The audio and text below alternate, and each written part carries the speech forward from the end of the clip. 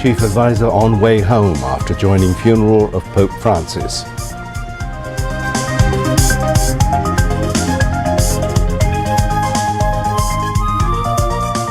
Bangladesh has friendly relations with India and Pakistan and wants reducing tension through discussion, says foreign advisor.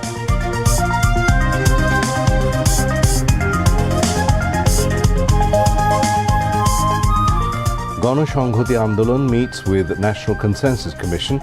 July Charter to be prepared soon, hopes Dr. Ali Riaz.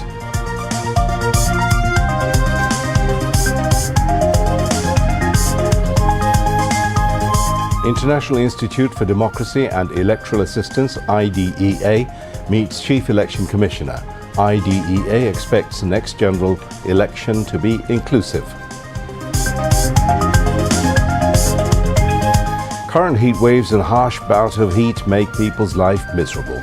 Public transport, passengers and working people in capital face sufferings.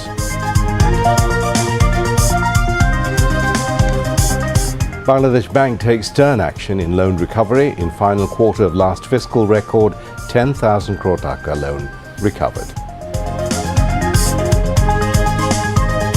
State appeals against acquittal of all accused in August 21st grenade attack case.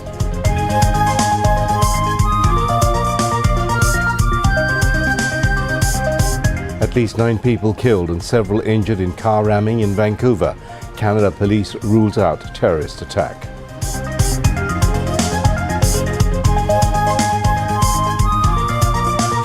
And in second and last test, Bangladesh face Zimbabwe in Chattogram tomorrow. Assalamu alaikum and welcome to News at 10. I'm Mahmoud Rahman.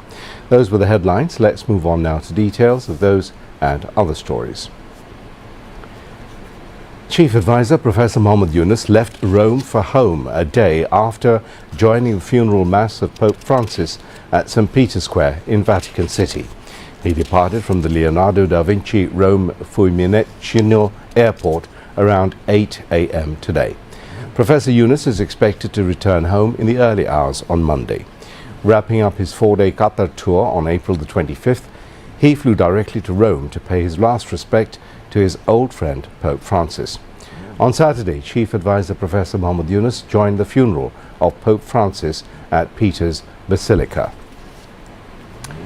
Foreign Advisor Mohammad Tawhid Hussain said that Bangladesh has friendly relations with both India and Pakistan and wants to resolve the current tension between the two countries through dialogue. The advisor said this at a briefing at the Foreign Ministry today. There would not be any adverse impact in Bangladesh over the Indo-Pak tension, he pointed out. The foreign advisor informed that Bangladesh would take into consideration any probable proposal of mediation to resolve the conflict between the two countries. Vice Chairman of the National Consensus Commission, Professor Dr. Ali Riaz, hopes that July chapter will be ready within the shortest possible time. He expressed the hope while delivering introductory speech with Ganashanghoti leaders at Jatiyo সংসদ today. A 10-member delegation of Ganashanghoti Andolon, led by its chief coordinator Zunaid Saki, participated in the talks. Professor Ali Riaz said the collective efforts of people compelled the fascists to flee. It's now essential to uphold that unity and carry forward its spirit, he added. Jatiyo Samajtantrik Dol JST held a meeting with National Consensus Commission this afternoon. 8-member JST delegation, led by General Secretary Shahiduddin Mahmood, attended the meeting. The JST General Secretary said structural reform is essential, and if July Charter is adopted with consensus of all political parties, this would be a historic document for the future generation. International Institute for Democracy and Electoral Assistance, IDEA, wants the 13th national parliamentary election to be inclusive in Bangladesh. At the same time, they emphasized the need for a free, fair and neutral election. IDEA's Asia-Pacific Regional Director, Lina Rikala Tamang, made these remarks today while briefing journalists. After a meeting with Chief Election Commissioner A.M.M. Nasiruddin at the Election Commission building in the capital's Agargaon, Ms. Tamang said discussions with the Chief Election Commissioner focused on preparations for the upcoming election. She mentioned that it is the responsibility of the current commission to hold the election in line with the people's expectations. Lina Rikala Tamang also expressed hope that through this process democracy in the country would be re-established. A mild to moderate heat wave is sweeping across various parts of the country, including capital Dhaka. The intense and sweltering heat has made daily life unbearable.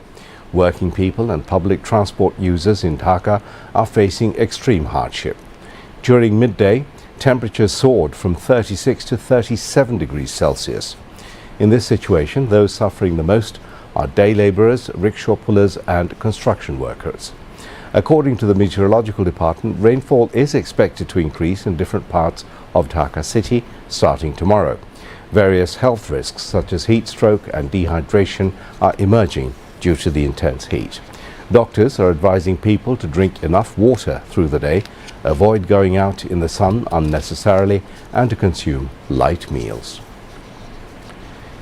During the rule of fallen Awami League government, the amount of defaulted loans in the country rose to 3,05,000 crore taka, which is nearly 1/5 of the total loans. According to Bangladesh Bank data, as of 31st of December last year, the total loan disbursement across government and private banks stood at more than 17 lakh crore taka. The rise in defaulted loans was fueled by issuing loans under fake and proxy names, allowing defaulters to appear regular without repayment and improper loan classification. After the interim government took over the charge, around 10,000 crore defaulted loans was recovered in the last quarter of 2024. It is the highest amount compared to any previous period. Earlier, during October-December of 2023, the highest recovery was 7,960 crore taka.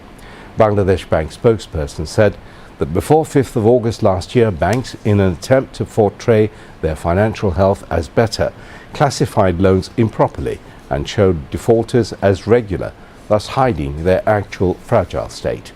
As a result, the volume of bad loans increased. However, strict monitoring by the central bank has ensured proper loan classification and prevented defaulters from being falsely shown as regular borrowers. Besides, in the interest of the survival of banks, bankers are now visiting the homes of defaulters to recover loans. Bangladesh Bank spokesperson also said that whatever the actual figure of defaulted loans may be, there is now no opportunity to conceal it. The central bank aims to present the real picture of all defaulted loans transparently.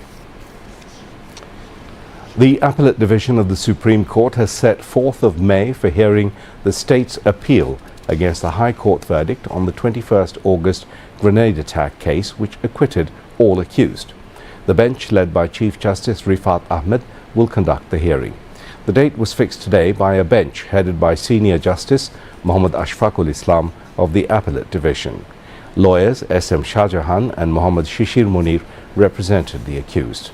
Several senior BNP-affiliated lawyers were also present in court, including Zainul Abidin, Barrister Mahbubuddin Khokon, Kaisar Kamal, Ruhul Quddus Kajol, Advocate Ghazi Kamrul Islam Shajol, Aminul Islam, Maqsudullah, Zahir Hussain, Anisur Rahman Rayan Bishash, Shamsul Islam Mukul and Azmul Hussain Khokon.